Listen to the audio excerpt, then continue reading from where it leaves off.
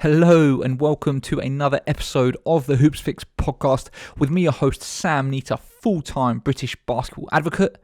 And this week's show, we've got the first guest that is not directly involved with British basketball in any type of way, but it doesn't make it any less relevant or interesting for British basketball. It is none other than Jeremy Loeliger. He is the Australian NBL Commissioner. Now, why the Australian NBL? The reason being, it has undergone a drastic sort of transformation in the last 5 years from a league that was pretty much on the verge of bankruptcy to now being one of the most globally prominent basketball leagues, a breeding ground for future NBA prospects, and has a lot of eyeballs on it. And all of that has been achieved in 5 years. Now, like the BBL, it had its heyday back in the 80s, 90s. It was huge. And then it kind of went through a sort of rough patch and has now been coming out of that.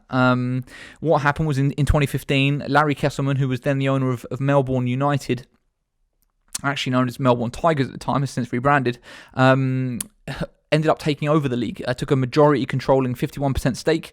Before that, every team, every franchise had an equal say at the table, like with the current BBL in the UK. But Larry recognised that if things were going to turn around, it needed a dictatorship. He needed full control to be able to do the things that he felt was necessary to turn the league around. He paired up with Jeremy. Jeremy used to be a lawyer, and Larry was one of his clients. They kind of looked at it and put together a plan and felt that it was a viable project to really get their teeth sunk into. And that is exactly what they did. Within the space of 5 years, franchises have gone from being valued at $20,000 to now pretty much all having a minimum valuation between 8 and 10 million. So you can see the growth there is absolutely incredible. There was a bunch of topics that we didn't get to. We were under a kind of strict time schedule because Jeremy's a very busy man. But I did send him some follow-up questions, which I just wanted to go through quickly in the introduction, just for context. One of the big ones that I didn't get to talk about was the role of facilities. Of course, we know facilities is a massive issue, and what the situation is with Australian NBL franchises and their arenas and facilities that they play out of.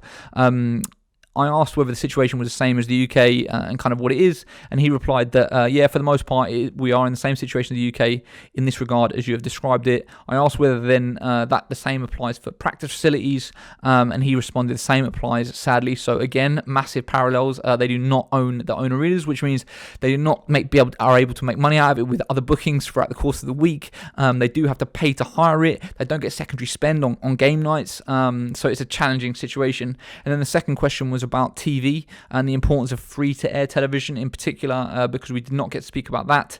And he said free-to-air continues to be the biggest direct influence on domestic ratings. However, the emergence of OTT services into international markets is very quickly becoming just as important from a revenue-generating perspective. So there's just two things we didn't get to cover. But yeah, obviously there was a bunch of stuff we did cover, and I think it's a really interesting story to get your teeth sunk into. It was so interesting, in fact, that I did 3,000 words worth of notes in the research that I did, and I'm actually putting together as a case study, which I'm going to release as a white paper, hopefully to help sort of grow the British game and for people to be able to use to come in with knowledge and context to how we turn this thing around in the UK. If you're interested in that, I'm going to put a link in the description with just an email sign-up form, and you can be notified when it's ready, and I'm going to be releasing it. Likely it's going to be for free, of course, but yeah, it will be interesting, I think, and gives me something to kind of dig into a lot deeper. Anyway, as always, before we do get into the show, please take 2 seconds to check out our Patreon account, patreon.com/hoopsfix, patreon.com/HOOPSFIX. There you can sign up to give us a monthly or annual contribution of as much or as little as you'd like, to help us do the work that we're doing. It goes a long way in helping us grow this British basketball media landscape. So please, if you get any value from the podcast, if you get any value from the posts on the website, the social media content that we put out on a regular basis, please consider donating a few pounds a month or a year to help us grow and do this. If you're watching on YouTube, let me know what you think about the growth of the Australian NBL and what British basketball can learn from it. You can reach out to me on every single social media platform at Hoopsfix. And of course, if you want some private one-on-one interaction, please drop me an email to sam@hoopsfix.com. Anyway, that is enough from me. Here's this week's show with Jeremy Loeliger.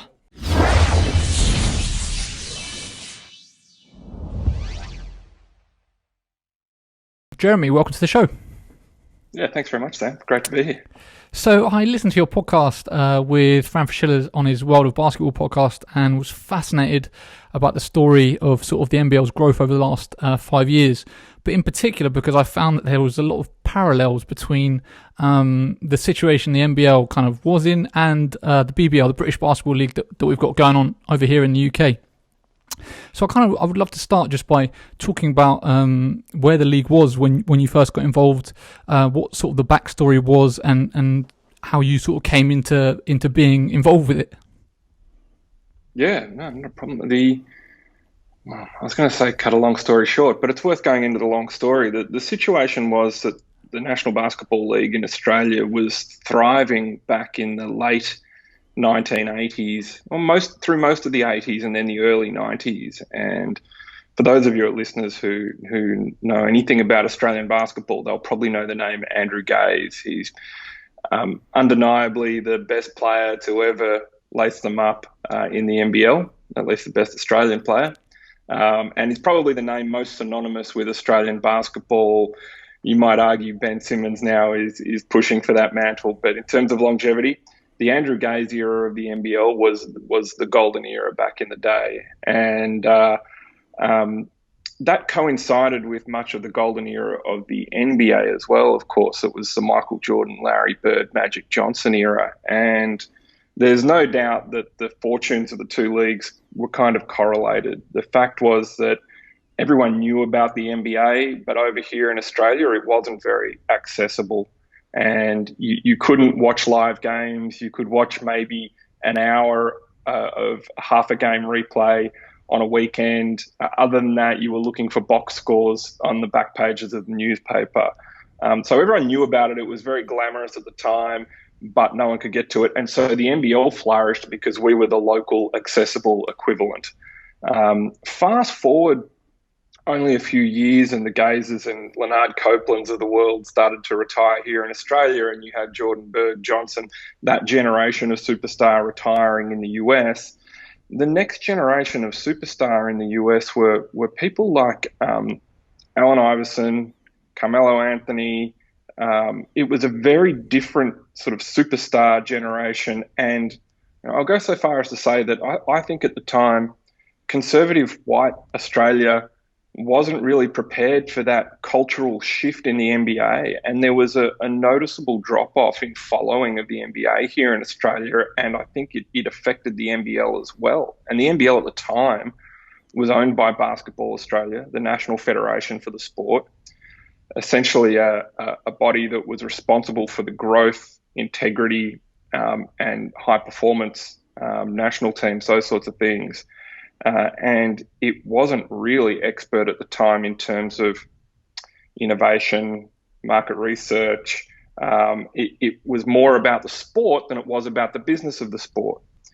And that coincided also with a perfect storm here in what is a very, very congested sporting environment in Australia, where the sporting code, the football codes were really starting to find their straps in terms of understanding youth markets, developing grassroots programs, particularly if you look at Australian rules football, AFL, or the National Rugby League, NRL, and Cricket Australia.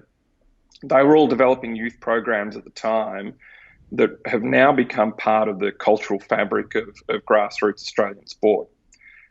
And I would say that basketball here had been riding on the coattails a little bit of the NBA, knowing that as the NBA market continued to grow, basketball here would continue to grow. It got caught a little bit behind, a bit flat-footed, and that saw the decline in the popularity of the NBL. What happened was it fell off commercial TV. It was difficult to watch games, which meant it was less attractive to the up-and-coming talent from Australia. We started to go to college more often. We started to see some people go to the NBA. That led to a lot of Australians going and playing in Europe. And it was just a gradual decline from there. And essentially, though, once you fall off the mainstream media, it's the death knell for the sport. And there came a time at which it no longer made sense for Basketball Australia to run the league. It was financially a burden on them rather than a benefit. And so the league was privatised into the ownership of each of the teams, much like the NBA, or as I understand it, the British League now as well, where there's equal ownership between each of the teams, which was sensible at the time, I think, except for the fact that there probably weren't enough teams for it to make sense. In a league like the NBA, you have 30 teams. Not everyone, in terms of an owner or ownership group, has time to dedicate to what they think is in the best interests of the league. And so factions form and people support one another and people rise to the top and decisions get made. Where there were only 8, 9, 10 teams, and you had really invested owners who were passionate about those teams, and all of them were fairly successful business people in their own right. And I know this largely as hearsay because I wasn't around at the time, so you have to take it with a grain of salt. But it was like everyone thought they knew what was best for the league, but would all disagree on which way was up. You had the haves and the have-nots, the clubs who were saying, well, why should we be investing in a league to help those poorer clubs that can't stand on their own 2 feet when we're doing just fine over here? And you'd have those less commercially successful clubs, not necessarily because they weren't being run as well, but because of maybe the markets that they were in, saying, well, how can we contribute to a central marketing fund for the league, for example, when we're not even breaking even and you want us to help market a league for the benefit of those clubs who are raking in good dollars? So there was a lack of equity, but a real power struggle, and as a result, complete inertia in terms of decision making. And that led to, essentially after 3 years of private ownership, it led to a situation where the league just was no longer viable.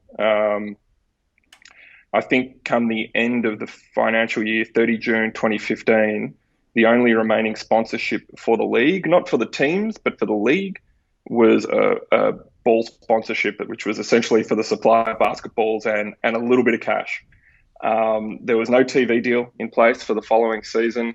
I think there was a federal government grant that existed up until that point of maybe $1 million, which expired at 30 June 2015. So there was literally no more money coming into the administrative side of the league. 6 employees, and as I said, essentially no revenue or sponsors. And at that point, I was a lawyer, and one of my clients was a gentleman by the name of Larry Kestleman. He was the owner of one of the teams. The team was the Melbourne Tigers when he purchased it. It was rebranded as Melbourne United. He and I had done some work on some other areas of his businesses, and we had a conversation and sort of went along the lines of, he said, well, the other owners have now approached me and asked if I'd be interested in taking a majority ownership position in the league, so that one person has more flexible decision making if I sort of take it on and fund it and so on. What do you think? Is that a good idea? You know, my business is fairly well. I had a bit of a background in basketball. I did quite a bit of sports law. He said, you know, that side of it, well, do you think it would work? And we basically compared the value proposition that each of us saw in the league and what his group of companies could bring to the league. And we identified some things very early that we both thought could be transformational for the business. The first was that the basketball was actually always really good quality in Australia. It perhaps just hadn't been marketed and given the oxygen that it needed to catch fire. So another way of saying that is it was probably under-resourced, undercapitalized. The second was we were on the doorstep of Asia, but no one had ever thought to try and promote the league outside of Australia, other than a brief dalliance with a team called the Singapore Slingers. But really that was marketing the league to expats in Singapore. It wasn't trying to embrace parts of Asia. So we were massively punching over our weight in terms of capability, but under-servicing the product and not seeking to commercialize it broadly enough. And these were the sorts of things where we thought, well, it's not brain surgery. It can't be too hard. It just needs to be run like any other business. We need to take the fandom out of it and concentrate on it like we would think about any other business that we might work on. And Larry basically said, "Okay, I'll take it on if you come and help me and run it with me." So that's where I first got involved. He took a 51% ownership position at the time. That's increased over time, and now he's essentially the sole owner. He has the best part of 94% ownership now of the league. And since then, we've sort of gone from strength to strength by focusing our decision-making on putting the fan first, re-establishing the credibility of the league in the minds of real Australian basketball fans first and foremost, so that we can talk about ourselves as a product of which the nation is proud, and then that gives us a bedrock to go and take the product to the rest of the world. And we can talk about that some more, but the Australian sporting culture of, I don't know if it's an expression that gets used everywhere or not, but tall poppy syndrome. Tall poppy syndrome means essentially you can't talk about yourself as being something fantastic. You can't talk yourself up without being taken off at the knees by the general public, because Australians like self-deprecating humour, that kind of thing. You can't boast about yourself. And that's especially true of the fact in sport if you're not the very best in the world. So Australia is somewhat spoiled because we have a number of Indigenous sports or sports that are only played by Commonwealth countries, something that would be known well to your listeners. Cricket, we've tended to be pretty good with ebbs and flows, but there's only a certain number of countries in the world that play it. So you're always sort of at least in the top 3, 4, 5. Australian rules football, no one else plays it, so we're always the best in the world. Rugby league, very few countries play it, same thing. You talk about basketball, though, or soccer, we're one of 250 nations that play. We're removed geographically from the rest of the world.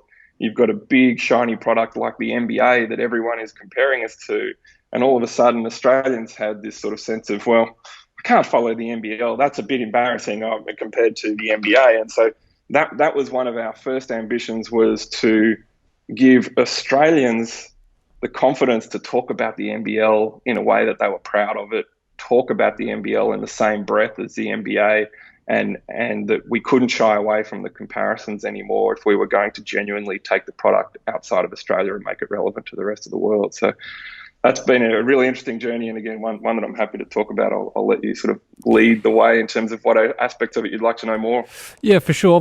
From my standpoint, I've sort of come into this conversation trying to see what the lessons are that we could potentially take if we were to, turn this around here. Like, British basketball's always spoken about of having all this potential.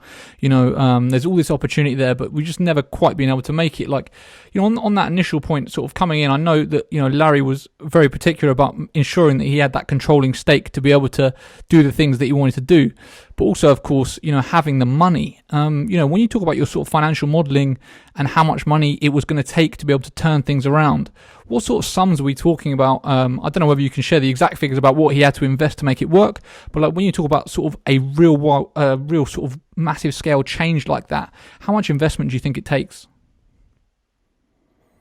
It's an interesting question, because I don't think it's a one-size-fits-all solution, is the first point I would make. The first point is that you're situated right near continental Europe and have to compete with basketball powerhouses like Spain and France and many parts of Eastern Europe, where the budgets are significant. But I guess we were, to some extent, the beneficiary of the European financial crisis in that a lot of players came to Australia knowing that even though their contract value probably wouldn't be as high as it was in parts of Europe, they had greater certainty that they would actually get paid and that the club would be there at the end of the season. And there was just a great deal of uncertainty at the time when we were coming back into the market. There was certainly a flight to the economic safety, I guess, of Australia.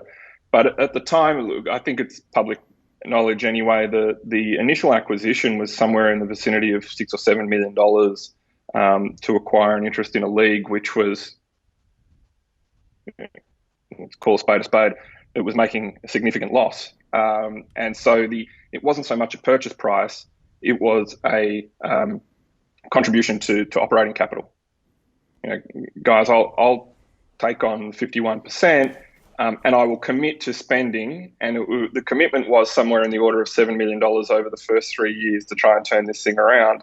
And in reality, once we actually got our feet under the desk, I think we spent most of that in the first 6 months, because in the first 100 days, we set a pretty rigorous schedule of wanting to completely rebrand the league, have every game live on TV, establish a sponsorship base which gave the public confidence that we weren't going anywhere, that we were actually a sustainable product. Because there was talk at the time, even from the greats of the sport like Andrew Gaze, that the league should just fold. It should go away for a while, find its foundations again, and then reprise itself in a couple of years' time once people had a sustainable business model that they can demonstrate. So we had to bring on board trusted partners that gave the public some faith that they could invest both financially in season tickets and the like, but also to give them the comfort to invest emotionally back into the sport and their teams and know that they weren't going to fall over.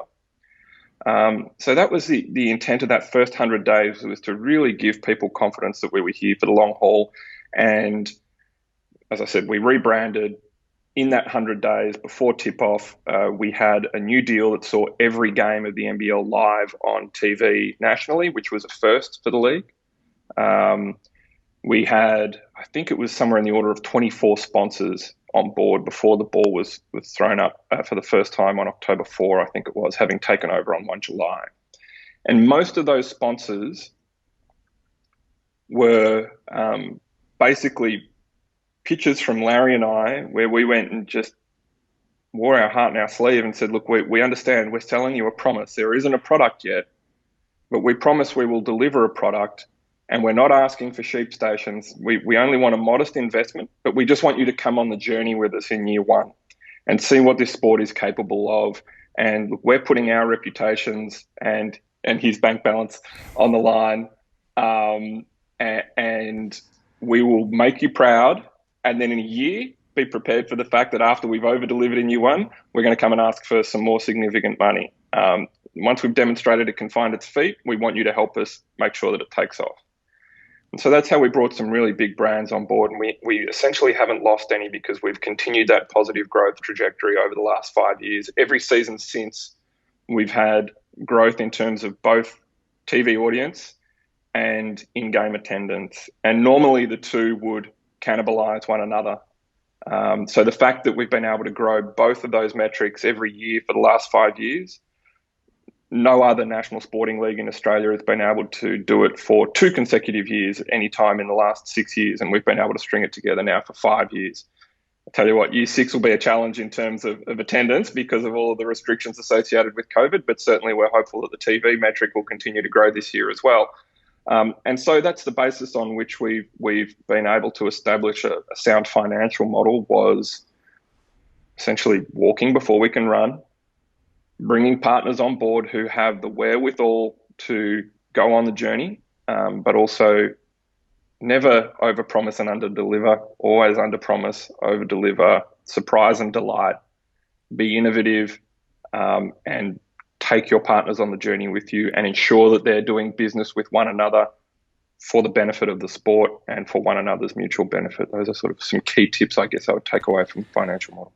I mean, you saying it like that and talking about the what you achieved in that such a short period of time, it makes it sound so easy, but I assume it actually probably wasn't as easy as you make it out to be. And I'd be interested in knowing how much of those partnerships and that income that you were able to raise and those deals you were able to arrange came from the relationships that you both already had within the business world, and how much that played a role. And with you know, like if I'm talking about the BBL, they need to have someone involved with it that has those type of connections to be able to go into those meetings with some credibility to be able to get those people on board.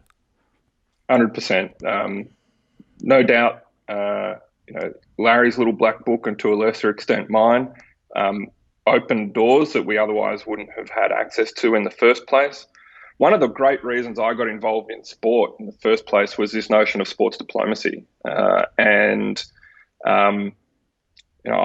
was a lawyer, as I said. I did a lot of cross-border mergers and acquisitions type work, and a lot of that was inbound investment into Australia from China. So a lot of my time was spent on deal making with Chinese clients or Chinese counterparts, and trying to get in to see a decision maker in China as a Westerner, I found incredibly difficult and frustrating without language and all the rest, until I stumbled upon one day a Chinese entrepreneur who happened to have a passion for basketball, and the relationship, the dynamic of that relationship and the conversation just changed very dramatically. And that was sort of a turning point for me, where it came to, the penny dropped, I guess, that sport was really a common language and could put people at ease, and you could talk about what you have in common without necessarily being able to speak with one another in a native tongue.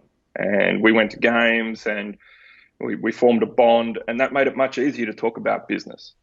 The reality is, basketball is the second most popular team sport in Australia in terms of participation. So everyone here has some sort of connection with it. Their kids play, or they played when they were young, so it's very easy to find a talking point around basketball. And to go and talk to a sponsor about metrics and the TV product and just the direct business of basketball was a challenge. But to go and talk to someone that you know and say to them, hey, I know you like basketball, I know your kids play, or I know you used to go back in the day, your business, perhaps prior to your involvement even, was a sponsor back in the 80s and 90s. We've all seen the product work here in Australia. We know what success looks like. We know that it's been huge in other parts of the world. Take a look at the growth of the NBA over the last decade. That was an easy conversation. And so, as I said, we were selling a promise, not a product. We couldn't point to the metrics. So we were relying on our relationships to open the door, and then not having a direct business conversation, but trying to have a personal conversation about personal connection with the sport. We know it's family friendly. We know that boys, girls, men, women, all age groups, any ability can play basketball. It's incredibly inclusive. It's very multicultural. Take it back to its core fundamentals that we all have in common with people who you have a relationship with, and it makes it a very sensible value proposition in my mind. How crucial do you think it is to have that relationship with the national governing body, Basketball Australia? You know, I know that obviously when you first got involved, the league had been decoupled from the federation, and then sort of when you became involved, I know Basketball Australia obviously put out that statement essentially endorsing kind of what you were doing and saying they were on board. And of course, fast forward to today, I think in 2019, you announced this partnership where you've essentially now taken over the commercial rights for the national teams and doing stuff at the grassroots levels, and you have a very close working relationship with the federation here in the UK. Like, even though the British Basketball Federation sort of gives an operating license to the professional league to be the professional league, outside of that, they're very separate entities. They don't work very much in tandem, I would say. And I'll be interested just to kind of hear you riff on that a little bit and talk about sort of the relationship with the national governing body and how much of a role that has to play in the growth of the sport. Yeah, it's been a relationship of trials and tribulations. I can tell you there were periods there where the two entities just simply didn't trust one another, and I think that was born out of an era where it felt like the two entities were competing. And so prior to our involvement, there wasn't a great deal of trust. And there was also a bit of a revolving door on both sides in terms of leadership of the two organisations. So I guess that made it difficult to form long-lasting relationships also. And that was through that state of flux after the NBL was privatised. CEOs came and went, and the same at BA. But over time, I think the two organisations have come to realise that what's in the best interest of the sport is that we both identify what we're good at, what we're not so good at, and what we can help one another with, and what we need to do independently of one another. And if you put things into those sort of four columns, it gives everyone a lot more certainty to ensure that, one, you're not stepping on one another's toes, two, you're not duplicating effort and therefore wasting resources, which the sport just can't afford to do. And three, that your time and effort is concentrated on those things which you're actually best placed to do. And so that's what led to that arrangement in 2019, where we became the exclusive commercial agent of Basketball Australia. And basically, as you said, sought to commercialise the rights of their national teams and other assets, assist with the WNBL as well, the Women's League, which is still owned and controlled by Basketball Australia. That model has since evolved as well. So now we're a non-exclusive commercial agent because it came to pass that some elements of their business we were able to commercialise successfully. Others, it made sense for them to do more directly because the delivery of the commercial inventory and assets and deliverables to partners was easier sitting with them. So I think a couple of points are, one, that relationship will probably continue to evolve over time, partly because Basketball Australia and equivalent national federations are creatures driven by policy and bureaucracy to some extent. They're funded out of the federal government budget for high performance sport. And so quite often the two organisations are just running at different speeds. One of the reasons we insisted on a controlling interest in the NBL was so that we could make decisions quickly and act nimbly, and therefore be opportunistic. I guess we have a mandate to be able to take risk that Basketball Australia just doesn't have a mandate to do. They have to be, by definition and by virtue of their constituent documents, they have to be more risk averse. They have to run things through a more governance oriented process. And so the two organisations at times are like this, because even though our intentions might be the same, we want to get from A to B. The manner in which we get there, sometimes just by necessity, has to be different. So we have a good relationship in terms of always trying to assist one another in getting from A to B, whether it's them assisting us achieve an objective for the NBL or us assisting them achieve an objective for the national team or the WNBL or Basketball Australia as a whole, or us trying to achieve a joint objective. For example, bringing the US national team to Australia to play against the Boomers. It was a Basketball Australia-led initiative, but anything that we could do to add weight to it, support, we would do, because ultimately it benefits us as well. And, adage is more water in the bath, all boats float. So it's a strained relationship at times, but by virtue now of just trying to get things done in our separate corporate organisations, as opposed to there being a lack of trust or lack of transparency, those days I think are largely behind us, which is great. The other big stakeholder that I've heard you kind of labelled as very underrated or underappreciated in all of this is the Australian Basketball Players Association. Can you talk about the role that they've played in, I guess, the growth of the league and how important it's been? I mean, it seems like the two organisations between the NBL and the Players Association have got a very sort of strong working relationship. How important that relationship's been in terms of pushing everything forward as well?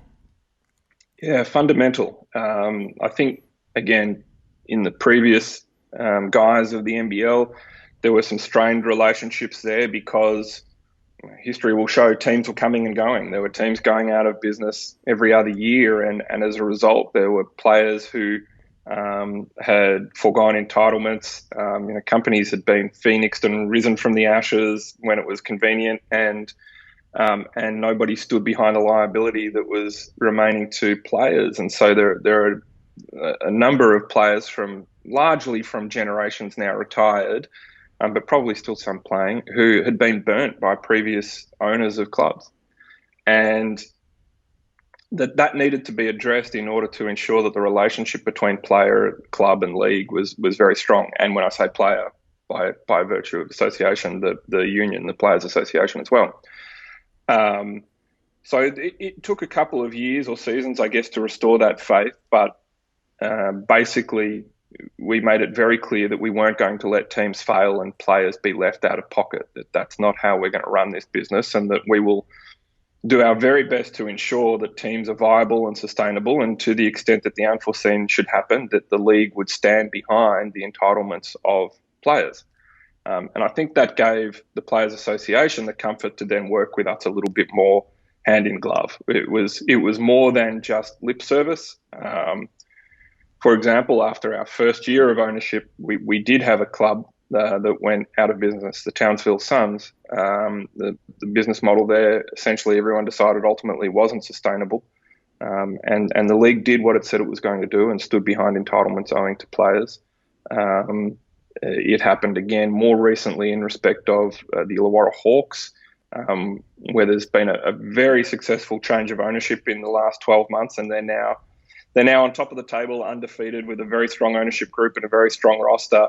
But in the meantime, the league backed up the talk and made sure that players weren't left short of a single dollar of their payments or their entitlements.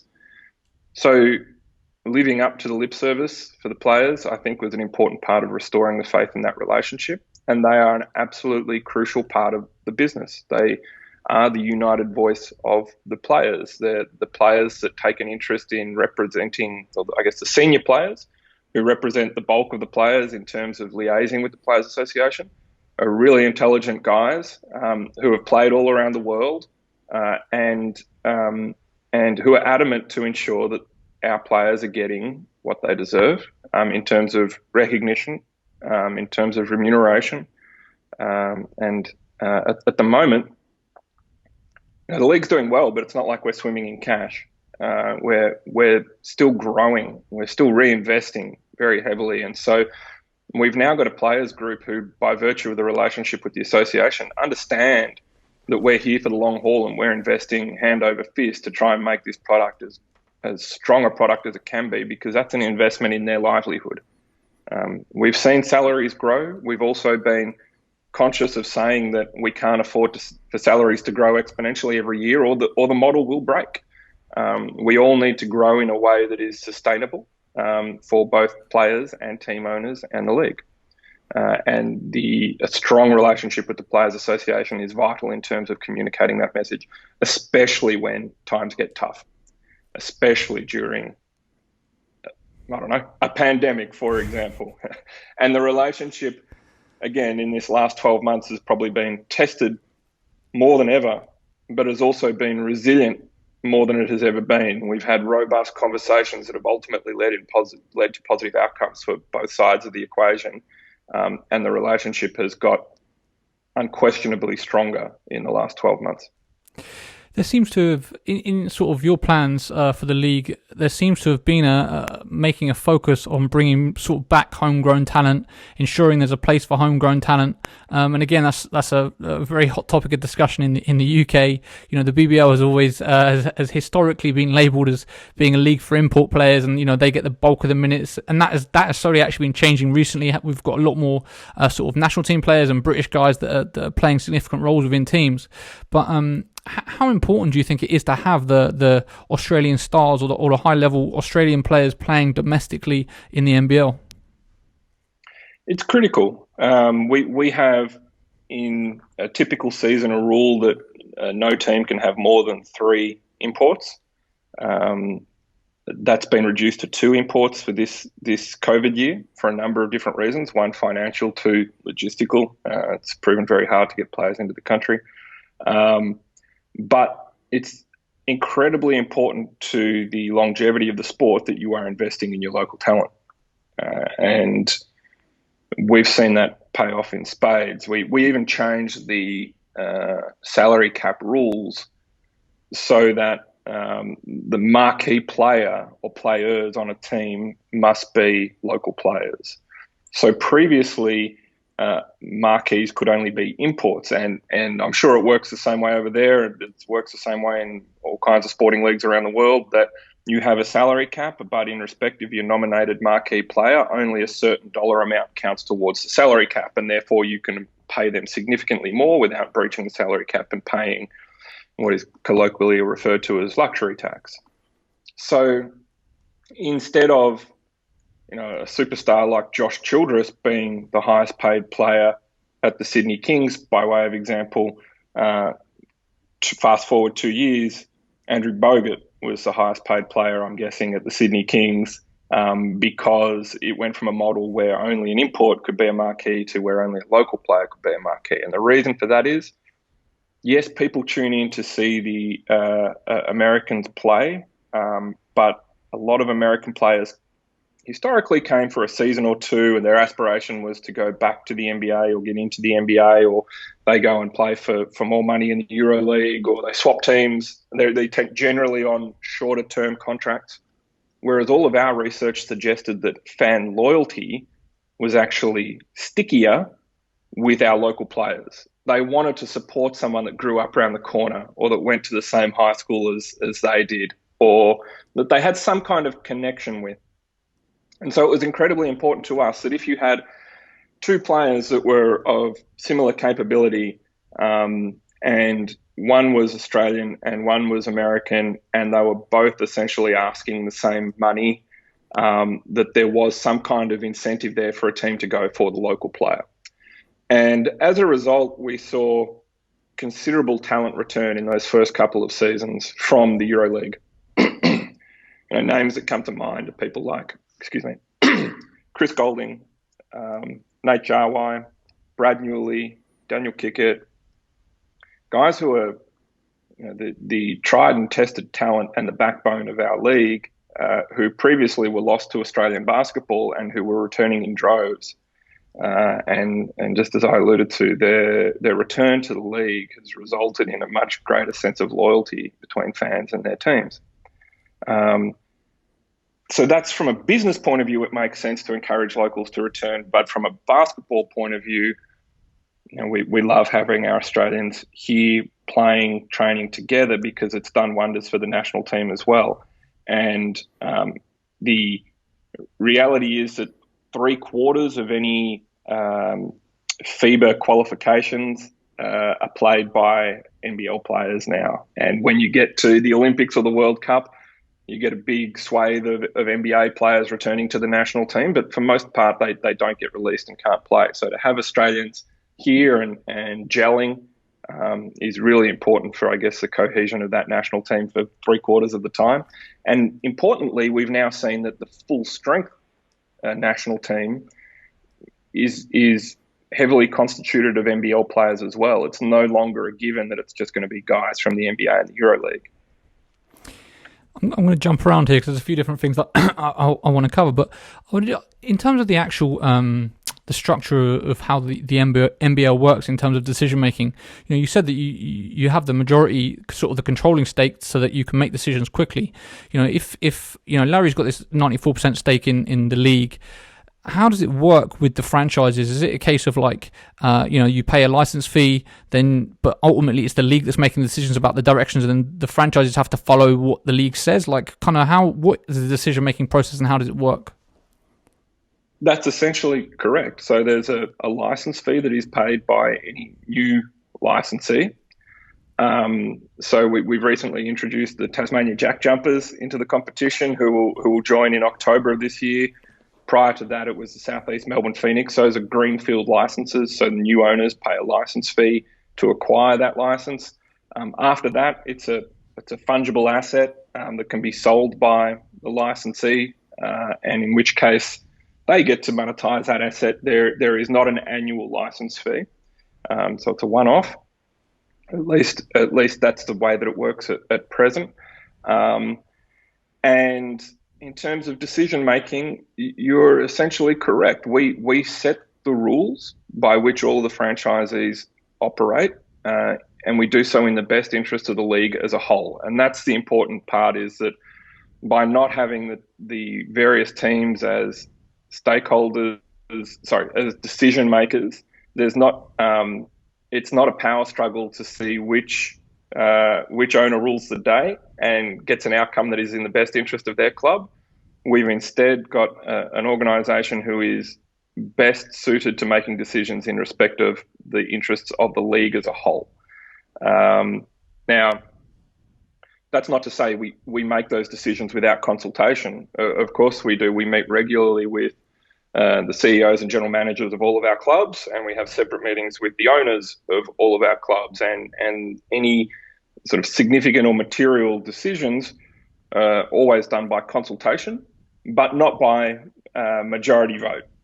So we go out and we seek the opinions of all of our stakeholders, and then ultimately we make a decision that is in what we consider to be the best interest of the whole. And I assume that they buy in even more when they see the success of the league and their revenues and everything else grow as well, right?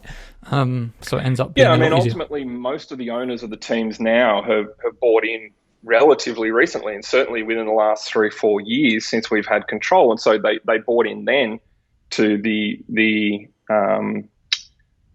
into a product that they saw was growing, and they invested in good faith, understanding that we would continue to do our best to grow the league and, by virtue, the value of their franchises. It's not to say that every decision is popular with every owner of every team. As in all walks of life, with most decisions that involve groups of stakeholders, there are usually some winners and some losers. But ensuring the competitiveness of the competition, ensuring the entertainment value of the competition, as I said earlier, you've got to put the fan at the center of every decision that you make. And that's ultimately what we're about. And the competitiveness of the competition since we've taken over and started making those decisions has been incredible. We've had, I don't know about last season, but certainly the first 4 seasons, 3 of those 4 seasons were the most competitive in NBL history in terms of average winning margin. And the history of the NBL is not short. It's been around now for 41 years, 42 years. And to say that you've had 3 of the 4 most competitive seasons on record is not by accident. It's because there are mechanisms there that ensure the competitiveness of the game and therefore the quality of the entertainment. Does the league own any of the franchises anymore? Yeah, we do. It's the short answer. And there's a distinction between the league and Larry personally. So we've got this vexed history whereby he was the owner of a team and was asked to become an owner of the league and couldn't essentially be asked to, well, you must sell your ownership in the team, otherwise he would have been a forced seller and wouldn't have been able to realise market value. But as I said earlier, Larry was the owner of the Melbourne Tigers, which became Melbourne United, and has been gradually selling down his interests in Melbourne United. So he personally owns 25% of that club, I think, still roughly, but has next to nothing to do with its operation. It has an independent chair and owners who run that. We are currently in a similar process with the Brisbane Bullets. So the Brisbane Bullets were one of the most successful clubs in league history. They were one of the inaugural clubs back in 1979.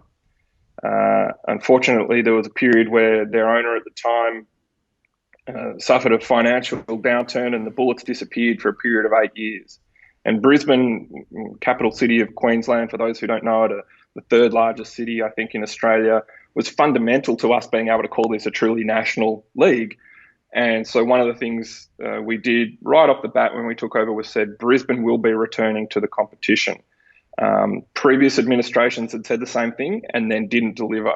And so in order to ensure that it wasn't reliant on any white knight funding the return of the team, we put up our hand and said, we're going to own and operate the team until it's at a position where we think it's sustainable, at which time we will seek to privatise it. That team is now majority owned by a consortium out of the US led by Kevin Martin, former NBA player, and a gentleman by the name of Jason Levian is his business partner. And Jason's got an extensive history in both the NBA, but in sport more generally in terms of administration and ownership of franchises. And we're going through a phased approach to that sale process as well. So the league has a minority interest still there that is being phased out as we hit certain benchmarks and milestones along the way. So after that, there will be no more league ownership in those 2 teams. And then we have the Jack Jumpers, who were introduced into the competition next season. Similar process. We don't want to hand over that license until we know that it's going to be a sustainable business, that we are comfortable will be break even or profitable from the time that we can hand it over to a private owner. And it's a really interesting model, the Jack Jumpers, in terms of partnership with the state government, whereby the state government will continue to own their playing facility and training facility in Tasmania, but the league is essentially being appointed as the operator and manager of that venue the redevelopment of the venue, and it's a fantastic refurbishment that's about to be undertaken. It's being funded in joint venture between the league and the government. Jack Jumpers will have a fantastic new home and a significant major sponsor who will be the state government of Tasmania. So we're very excited once we get that up and running about going through the privatisation process there also. One of the sort of the key themes in all of this is kind of having that control, that centralised control. I've seen you in previous interviews talk about sort of the centralised marketing as well. You know, when I sort of go on the NBL website, you know, the website's looking super clean. I click on any of the franchise websites, and again, it's the same type of layout, same sort of theme. Everything looks professional. Everything looks good. You know, here in the UK, we've got one BBL website that looks very different to all the different franchise websites. Franchises doing kind of what they want online.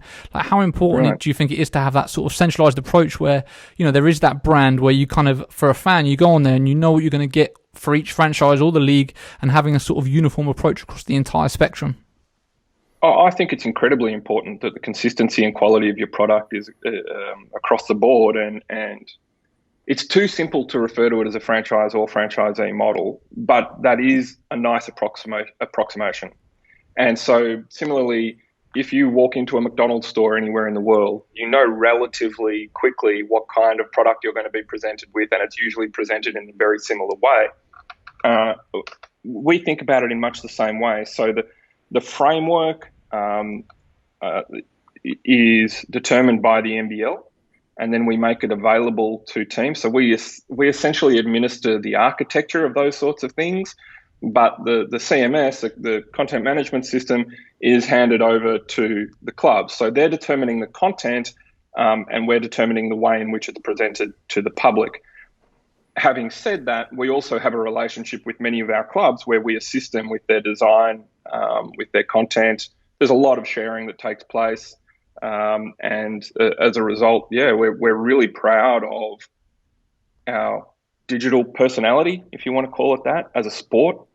We look and feel a bit different to lots of the other major sporting properties here in Australia. We have almost a different nomenclature or vocabulary to other sports here in Australia, because we're not trying to paint ourselves as part of the Australian fabric. We're trying to paint ourselves as part of this global cultural phenomenon, which is basketball. There are a lot of learnings that we take from clubs and which clubs take from us, and sharing all of that as best you can. Again, it comes back to my point about Basketball Australia earlier too. Not duplicating resource where you don't have to, concentrating the expenditure of those resources on the bits that where you are truly competitive, i.e. out on court, and not competing in terms of who has the best website. There's a lot to be said for that. How important do you think sort of digital and social has been to the growth of the NBL over the last 5 years? You know, I know you've got the deal with Twitch, which is obviously quite forward thinking. You know, and of course the LaMelo Ball effect, which has been huge for the league. But can you kind of talk about the role that digital and social has had in the growth of the league? It's been extremely significant because it's led to the democratization of sporting content. One of the hallmarks of, I guess, our evolution over the last few years was that we took back control over our production of our broadcast product. And by doing so, and the fact that we were receiving modest to no media rights fees domestically, we were able to share that content far and wide.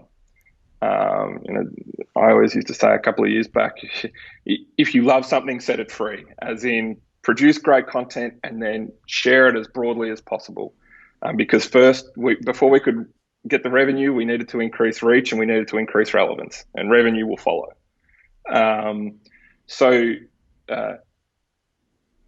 When the early days of our broadcast product were unknown in terms of where we would be shown, and this is back in that first 100 days, we made the decision to make NBL TV available to everyone in Australia for, I think it was $5 a month, and that we would ensure that every game was available live nationally and to some extent internationally, regardless of whether or not we had a TV deal in place. We safeguarded ourselves against this very rapidly evolving media market, sports media market is continues to be so dynamic and unpredictable that at least we gave ourselves a backstop, and that was, we know the digital space, and that will be our home if we need it to be.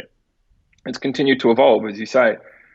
Twitch is a really great platform for us because people can engage with one another while they're watching a game, share those live moments, which is what we're all about.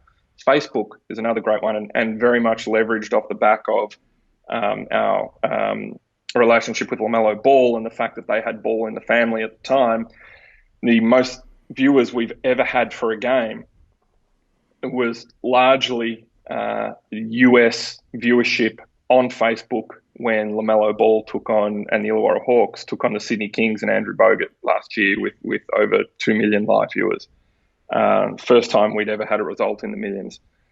So it's incredibly important, and we've partnered with some really interesting suppliers to make sure that we can deliver a digital product, particularly in terms of our live or near to live highlights, that are the equivalent of any other major sport, but we're doing it on a significantly lower budget, and it looks, in my opinion, better than most. You know, you're 5 years down the line, millions invested. Is the league in a place now where it is profitable, or do you still think that's a few years off?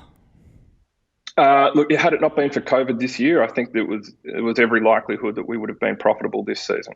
Now, we wouldn't have been rolling in profits, but certainly profitability I don't think is too far away, depending on how everyone recovers from COVID. But this year we're all digging deep, team owners, the league, making sure that everyone gets through. But I don't think that's too far away. How much more room for growth do you think the NBL has? Huge room for growth. One of the challenges we have is that we're now selling out stadiums quite frequently, which is a great problem to have. But the difficulty, I think, is how do you take a product that is so good in venue and translate it to TV so that you then have exponential TV audience growth as well. And while we've had TV audience growth each year, it's started from a very low base. So we're still not anywhere near competing with the football codes over here in Australia on a domestic basis. On an international basis, we're doing quite well. But on a domestic basis, so much room for growth in terms of TV audience, and that's all about getting on the right platforms and programmatic viewing so that fans know when and where to tune in all the time to see every game live. And just finally, you know, one of the key things I always say about British basketball is that we need to get the mix right of not just basketball people, but business people that have got the knowledge of both. And I've kind of heard you say very similar things where you can't just have a business person that has no knowledge of basketball. You can't have a basketball person that knows just about business or basketball. Can you talk about kind of the role that people have to play and how important it is to have the right people involved to be able to push something like this forward? As in any organisation, it's essential, but a significant part of our decision-making was when we were restructuring the organisation, don't just recruit basketball people, because too often in the history of the league, it was people who were too fanatical about the sport and therefore lose objectivity. They couldn't see the wood for the trees. And sometimes you need to make hard decisions to ensure that the long-term success of the business prevails. This is one of the things that also led me to a career in sport, was working in governance. I couldn't understand why person A running their own private company, or indeed a listed company, a public company, would be incredibly dogmatic and stick to every commercial guideline in terms of governance from a business point of view in that context, and then would give up their time to be a pro bono non-executive director on the board of a sporting club, and would constantly look the other way because, you know, let's just do it for the boys kind of thing. Let's just get it done, and their sense of objectivity would go out the window, It can't work like that. You can't be in a situation where you're allowing the wool to be pulled over your eyes by virtue of your fandom of the sport. Perfect. That's a perfect place to leave it. I want to be respectful of your time. Thank you so much for taking the time. It's hugely appreciated, and hopefully British basketball at some point in the near future will be exactly where the NBL is getting to these days. Your growth has been inspiring, so please keep up the great work. Thank you very much, Sam. And let me just say, in the last 3 or 4 weeks, I've had a number of conversations about British basketball with various different unrelated parties who lead me to believe that the future of British basketball is heading in the right direction. And it's fantastic that we're going to have another English-speaking country at the forefront of the basketball world, hopefully in the not too distant future, because what it makes for is really interesting transfer of talent around the world as well. So we wish you the very best of luck over there in the UK, and look forward to getting along to a game soon. Thank you so much. Good on you, Sam.